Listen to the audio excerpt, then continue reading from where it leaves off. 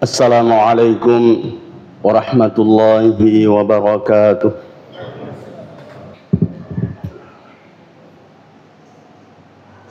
Innal hamdalillah nahmaduhu wa nasta'inuhu wa nastaghfiruhu wa nastahdihi wa natubu ilayhi wa natawakkalu alayhi.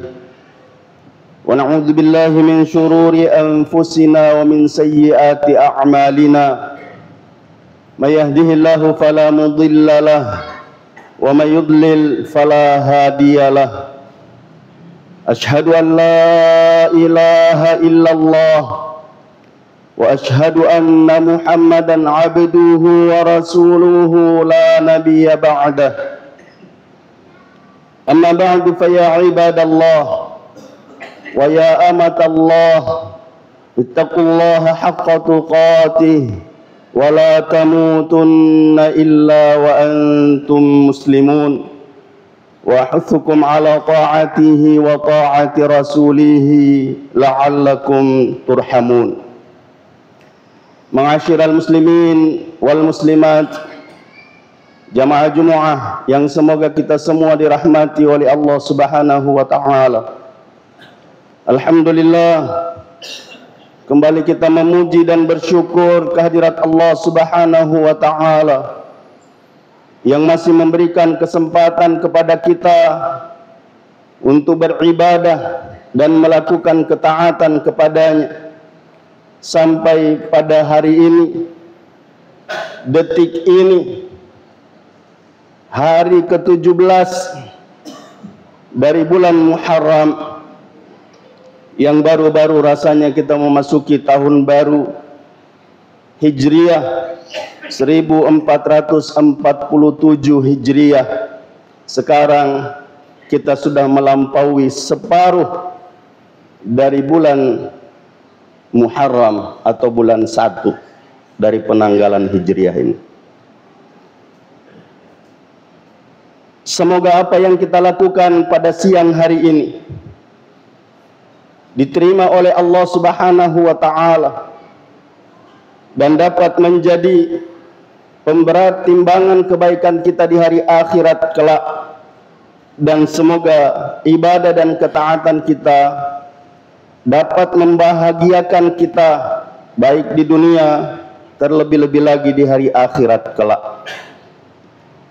Salawat dan salam tak lupa senantiasa kita ucapkan kepada Rasulullah sallallahu alaihi wasallam, Nabi yang diutus oleh Allah Subhanahu wa taala, membawa risalah Allah Subhanahu wa taala demi kebahagiaan umatnya, termasuk kita semua, baik kebahagiaan yang singkat dan sementara di dunia ini, terlebih-lebih lagi kebahagiaan yang abadi dan hakiki di hari akhirat kelak. Semoga apa yang dibawa oleh Rasulullah sallallahu alaihi wasallam dapat kita terima, kita amalkan dan kita perjuangkan hingga kita menghadap pengadilan Allah Subhanahu wa taala, dan semoga dengan itu semua kita dapat meraih syafaat dari Rasulullah sallallahu alaihi wasallam di hari yang semua orang butuh akan syafaat itu. Ma'asyiral muslimin wal muslimat, sidang Jumu'ah yang semoga kita semua dirahmati oleh Allah Subhanahu wa taala. Kita dicengangkan dengan penemuan yang disampaikan oleh Pusat Pelaporan dan Analisis Transaksi Keuangan atau PPATK, yang mengatakan menemukan 571.410 NIK, nomor induk kependudukan penerima bansos yang terlibat dalam judol. judi online. Bisa dibayangkan kalau orang yang dianggap oleh pemerintah, mulai dari yang paling rendah sampai yang paling tinggi, mengatakan dia berhak untuk mendapatkan bantuan, lalu bantuan itu disalahgunakan. Penyebabnya adalah kemungkinan hanya iseng, kemungkinan kurangnya pengetahuan, atau bahkan mungkin tujuannya adalah untuk melipat gandakan apa yang dia dapatkan dari bansos itu. Padahal kenyataannya, kalau ada 1000 yang mengikuti, kalau ada 1 yang berjaya atau menang, itu adalah dibuat-buat. Pancingan sarekoa mangi nama coek mupah agar ikut terus sampai akhirnya jatuh terpuruk dan melahirkan kesengsaraan dunia sebelum akhirat. Dan itu yang disebut oleh Allah Subhanahu wa taala. Oleh karena itu jamaah sekalian yang semoga kita semua dirahmati oleh Allah Subhanahu wa taala, pada kesempatan yang mulia dan berbahagia ini, khatib ingin mengingatkan dirinya dan mengingatkan saudaranya yang dicintai karena Allah Subhanahu wa taala, baik yang hadir di tempat yang mulia ini atau yang mengikuti sebentar rekaman yang akan dikirim lewat Facebook. Apa kata Al-Quran tentang khamar dan judi? Allah Subhanahu wa taala berfirman di dalam Al-Quran, tepatnya di surah Al-Baqarah ayat 219. A'udzu billahi minasyaitonir rajim. Yas'alunaka 'anil khamri wal maisiri qul fihima ithmun kabirun wa manafi'u linnas wa ithmuhuma akbaru min naf'ihima. Mereka bertanya kepadamu Muhammad tentang khamar dan judi. Jawab, katakan kepada mereka, fihima ithmun kabir, pada keduanya ada dosa yang besar, wa manafi'u linnas, dan juga ada manfaatnya bagi manusia. Wa ismuhuma, akan tetapi dosa keduanya akbaru min naf'ihima, lebih besar dari manfaatnya. Ayat tentang pengharaman khamar itu bertahap. Pertama boleh, halal. Ta'khudunaha sakara wa rizqan karima, bisa mengambil untuk bahan minuman, baik itu memabukkan atau sesuatu yang baik, yang mulia. Lalu kemudian turun ayat yang kedua, ayat yang kita baca tadi, yang menjelaskan bahwa fihima ithmun kabir, pada keduanya ada dosa besar, pada khamar dan judi. Wa manafi'u linnas, nikia engkau motopa manfaatnya, masih ada manfaatnya. Sehingga pada saat ayat ini turun, orang yang mendahulukan akalnya mendahulukan hawa nafsunya, tidak mendahulukan imannya, tetap melakukan itu. Karena dari segi manfaat, kata Allah, ada manfaatnya. Tapi bagi yang mendahulukan imannya, dia mengambil ayat lanjutannya, wa ismuhuma akbaru min naf'ihima. Dosa keduanya lebih besar dari manfaatnya. Sekalipun ada manfaatnya, tapi dosanya lebih besar. Dan orang yang beriman, kalau sudah berbicara masalah dosa, bukan berbicara masalah dunia, tapi berbicara masalah akhirat. Dan orang beriman sangat ingin selamat di akhirat. Yang ketiga, ayat yang bertalian tentang pengharaman khamar. Tahapan berikutnya adalah larangan minum yang membuat seseorang mabuk lalu melakukan salat. La taqrabus salata wa antum sukara hatta ta'lamu ma taqulun. Jangan kamu minum khamar, jangan kamu salat dalam keadaan mabuk sampai kamu mengetahui apa yang kamu baca. Meskipun sudah pernah saya jelaskan, baik di mimbar ini atau di pengajian-pengajian, bahwa pentingnya kita memahami, mengetahui apa yang kita baca dalam sholat. Sehingga jangankan orang yang mabuk, yang tidak mabuk sekalipun kalau tidak faham apa yang dia baca, mengkhawatirkan. Dan ini yang banyak. Betapa banyak orang yang tidak mabuk karena minuman keras, tidak tahu apa yang dia baca dalam sholat. Padahal Allah Subhanahu wa taala berfirman, la taqrabus salata wa antum sukara hatta ta'lamu ma taqulun.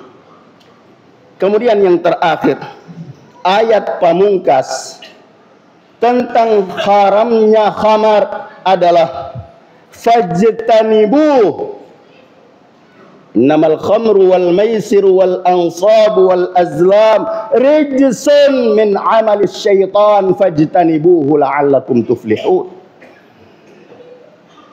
Sesungguhnya khamar dan judi memberikan sesajen kepada berhala, mengundi nasib, adalah perkara yang buruk, najis, min amal syaitan, perbuatan syaitan. Fajtanibuh, jauhi, la'allakum tuflihun, agar kalian beruntung. Di dalam ayat ini dua yang kita sebutkan tadi, khamar dan judi, disebut oleh Allah Subhanahu wa taala rijsun min amal syaitan. Sesuatu yang jelek, sesuatu yang buruk, sesuatu yang kotor, perbuatan setan, maka kita diminta untuk menjauhinya. Bahkan dalam lanjutan ayat disebutkan, fahal antum muntahun, apa kamu mau berhenti? Sehingga pada saat ayat ini turun, dan ini juga menjadi hal yang nyata bahwa ketika tahapan ayat-ayat ini diturunkan oleh Allah Subhanahu wa taala menjelaskan tentang bahayanya khamar, masih ada yang melakukan, masih ada yang menyimpan, sampai turun ayat yang terakhir tentang pengharaman secara keseluruhan. Fajtanibu. Sehingga pada saat itu semua yang menyimpan kendi-kendi, semua yang menyimpan tempat-tempat khamar, memecahkan dan menumpahkan khamarnya, sampai lorong-lorong di Madinah banjir khamar. Bisa dibayangkan. Berarti masih banyak yang minum meskipun sudah turun ayat bertalian dengan ini. Apa hikmah dari bertahapnya pelarangan khamar?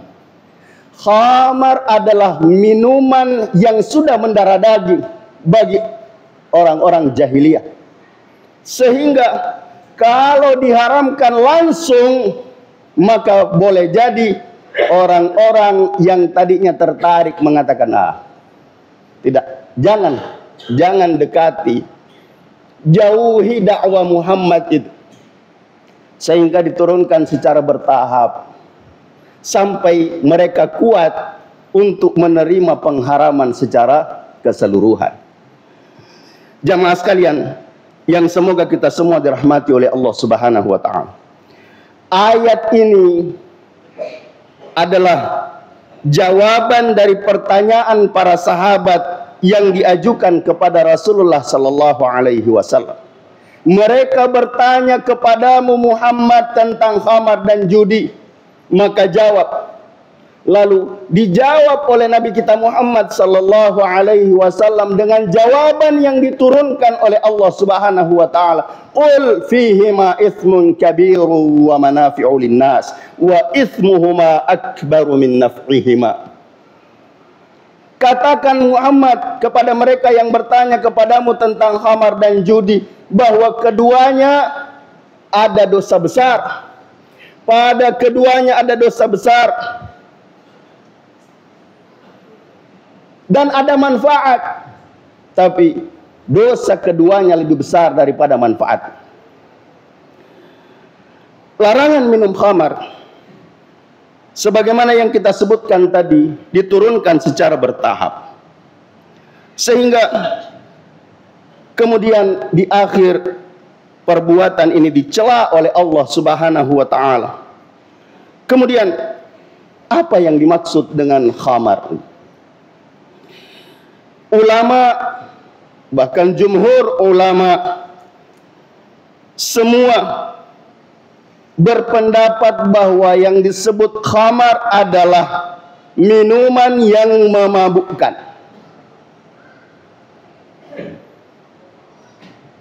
Tapi jangan disalahfahami, jangan disalahartikan bahwa kalau saya minum khamar lalu tidak mabuk, berarti dia tidak memabukkan. Disebutkan oleh Nabi sallallahu alaihi wasallam, kullu khamrin, kullu muskirin khamrun, wa kullu khamrin haram. Semua yang memabukkan itu khamar, dan semua yang memabukkan itu haram. Sedikit apalagi banyak. Sehingga ulama mengatakan, apa yang banyaknya memabukkan, maka sedikitnya pun juga haram. Selanjutnya, jamaah sekalian yang semoga kita semua dirahmati oleh Allah Subhanahu wa taala. Selain ulama, sepakat para ilmuwan, para dokter, para medis mengatakan bahwa khamar atau minuman yang memabukkan itu adalah merusak.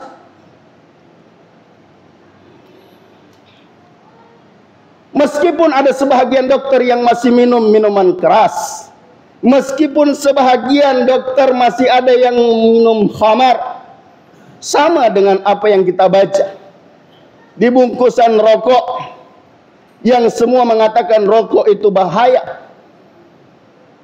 Tapi terkadang kita mendapatkan dokter yang memeriksa pasiennya dengan menghisap rokoknya. Saya secara pribadi tidak berani mengharamkan rokok, karena tidak ada dalil yang tegas mengatakan rokok itu haram. Tapi yang menjerumuskan kepada sesuatu yang memudarati, hukumnya haram. Dan Allah mencegah itu. Wala tulqu bi aydikum ila tahlukah. Sehingga jamaah sekalian yang semoga kita semua dirahmati oleh Allah Subhanahu wa taala, saya lebih berani mengatakan rokok itu makruh. Selanjutnya, minuman khamar, apapun bentuknya, apapun namanya, yang bisa menghilangkan akal sehat, baik yang diminum, dihisap, dimakan, Kalau itu bisa merubah akal sehat, haram hukumnya. Sehingga segala jenis zat adiktif, narkoba, masuk ke dalam jenis yang disebutkan oleh Allah Subhanahu wa taala al-khamr. Seorang yang telah ketagihan minum khamar, baginya tidak ada nilai harta benda. Berapa saja harga khamar itu akan dibeli, bahkan dengan cara bagaimana saja. Dengan demikian khamar membahayakan dalam pergaulan masyarakat, menimbulkan permusuhan, perkelahian dan sebagainya. Rumah tangga hancur, kacau, dan tidak aman, dan masyarakat pun akan rusak.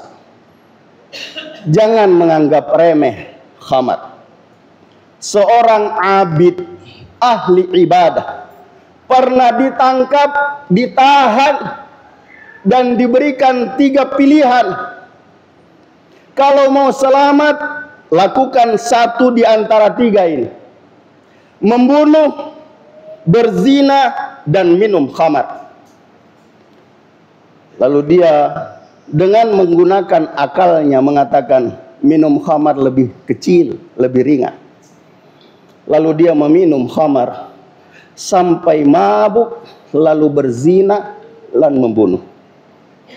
Oleh karena itu, ulama mengatakan al-khamru ummul khaba'ith. Khamar itu adalah induk segala keburukan. Sehingga jangan menganggap biasa. Sebab ada juga yang mengatakan bahwa dengan khamar kita bisa kuat. Dengan khamar bisa menghadapi musuh.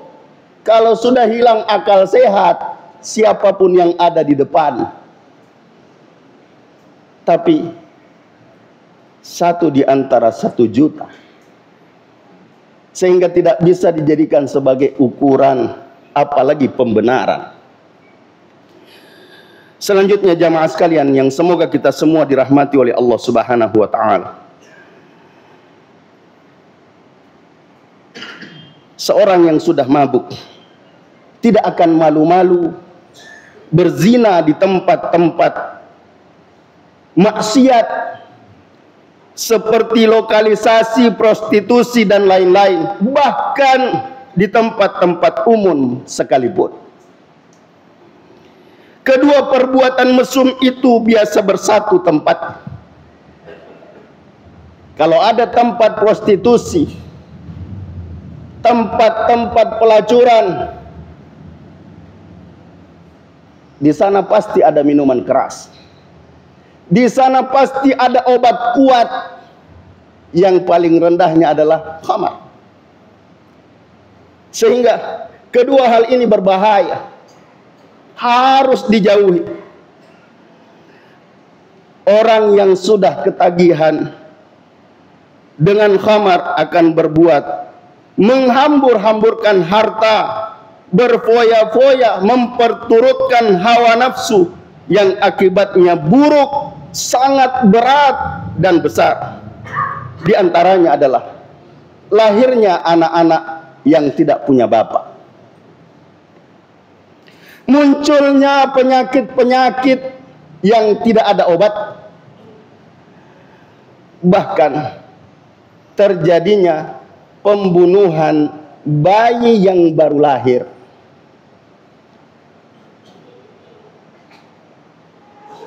Praktek seperti ini adalah sesuatu yang sangat tidak berperi kemanusiaan. Jamaah sekalian, sebagaimana halnya minuman khamar, Allah juga melarang main judi apapun bentuknya, sebab bahayanya lebih besar daripada manfaat. Judi betul disebut oleh Allah Subhanahu wa taala dalam ayat yang kita baca tadi, ada manfaat. tapi dosanya lebih besar dari manfaatnya. Salah satu yang merebak dan biasa kita saksikan, mungkin merasa ini hanya permainan biasa. Tapi kenapa dia tidak berhenti-berhenti? Kenapa tidak mau kalau dia tidak lanjut? Karena kalau berhenti, kalah. Inilah yang disebutkan oleh PPATK ini, bahwa terdeteksi ada lebih dari 500.000 jiwa yang menjadi penggemar judi online. Yang akibatnya, menurut yang baru saja kita dengar, yang disampaikan oleh Kementerian Sosial, bahwa orang yang mendapatkan bansos, bantuan sosial yang mempergunakan seperti apa ini, yang terdeteksi seperti ini, bisa dicabut, bisa diberhentikan. Siapa yang salah? Tetapi sebahagian mengatakan ada yang mendapatkan bansos, tania kasih alena macule. Bukan dia yang ikut, tapi dia dipergunakan oleh orang lain. Na'udzubillah, tsumma na'udzubillahi min dzalik. Dan akhirnya, jamaah sekalian yang semoga kita semua dirahmati oleh Allah Subhanahu wa taala, kita menutup wa'izah dan penjelasan tentang masalah khamar dan judi ini dengan statement pamungkas yang disampaikan oleh Allah Subhanahu wa taala dan Rasulullah sallallahu alaihi wasallam.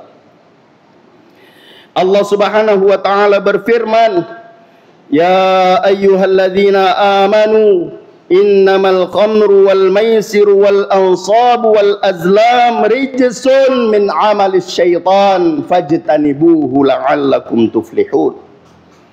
Kita diminta untuk menjauhi, karena itu adalah perbuatan syaitan, perbuatan yang kotor, najis.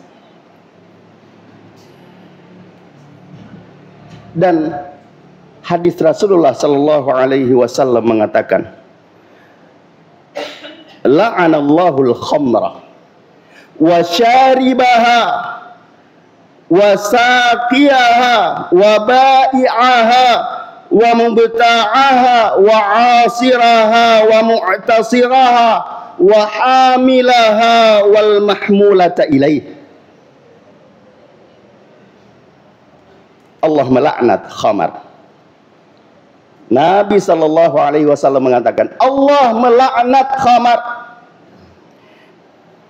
Allah melaknat peminumnya, yang menuangkannya, yang menjualnya, yang membelinya, yang membuatnya, yang minta untuk dibuatkan, orang yang membawanya, dan orang yang minta untuk dibawakan.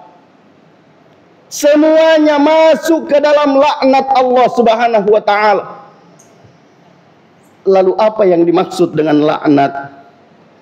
Melaknat dalam konteks Allah dan Rasulnya berarti menjauhkan, mengusir atau mengutuk seseorang dari rahmat Allah Subhanahu wa taala dan kebaikan.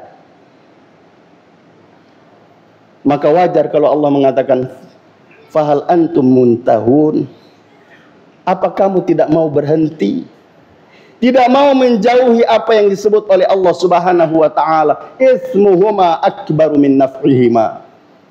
Semoga apa yang kita sampaikan ini bisa menjadi pendorong buat kita untuk waspada. Kalau di antara kita yang hadir di tempat ini mengatakan saya selamat dari khamar dan judi, sampaikan kepada orang-orang yang kita kenal, utamanya yang berada di bawah tanggung jawab kita yang masih doyan khamar dan judi, bahwa ini adalah perbuatan syaitan yang tidak ada manfaatnya. untuk akhirat. Manfaat dunia mungkin iya, tapi manfaat akhiratnya, sementara orang beriman mendahulukan manfaat akhirat daripada manfaat dunia. Percuma kita mendapatkan manfaat dunia kalau akhirat kita terjerumus ke dalam kebinasaan. Sehingga sekali lagi, semoga kita semua terjauh dari masalah ini. Ja'alani Allah wa iyyakum minal amilina wal faizin wa adkhalani wa iyyakum bil jannati wan na'imil muqim. Aqulu qawli hadha wa astaghfirullahal azim li wa lakum wa lisairil muslimina wal muslimati min kulli dhanb fa ya fawzal mustaghfirin wa ya najatat taibin.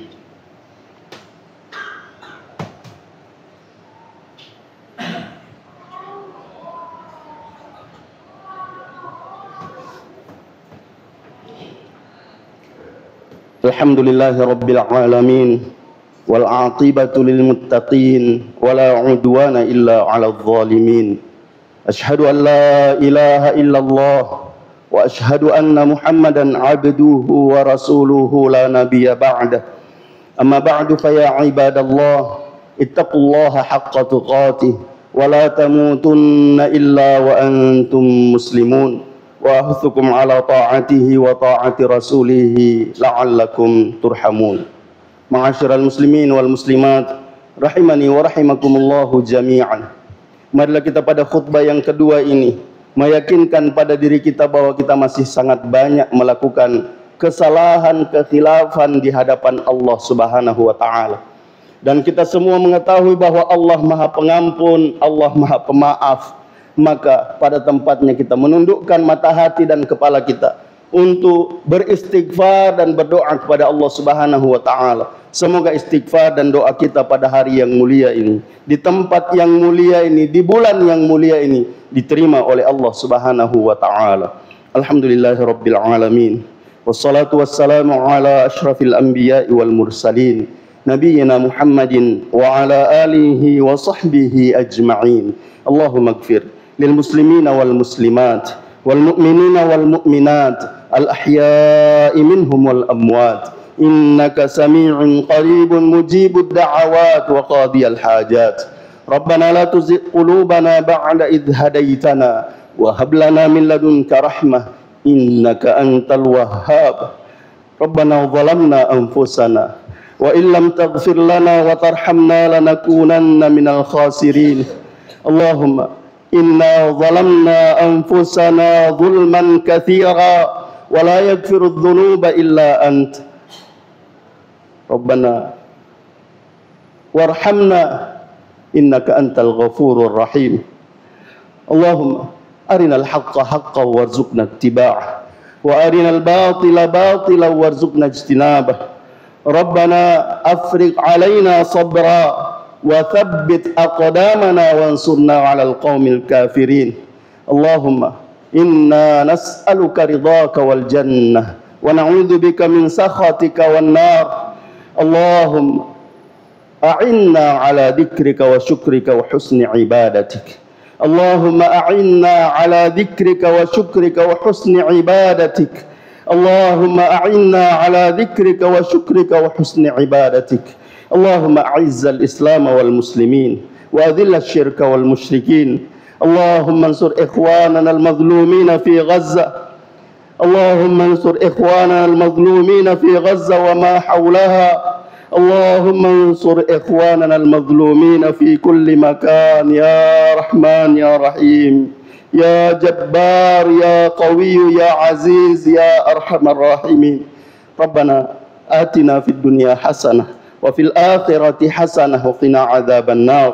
ربنا تقبل منا إنك أنت السميع العليم وتب علينا إنك أنت التواب الرحيم. وصلى الله وسلم على نبينا محمد وعلى آله وصحبه أجمعين. سبحان ربك رب العزة عما يصفون وسلام على المرسلين والحمد لله رب العالمين. هدانا الله وإياكم أجمعين. والسلام عليكم ورحمة الله وبركاته.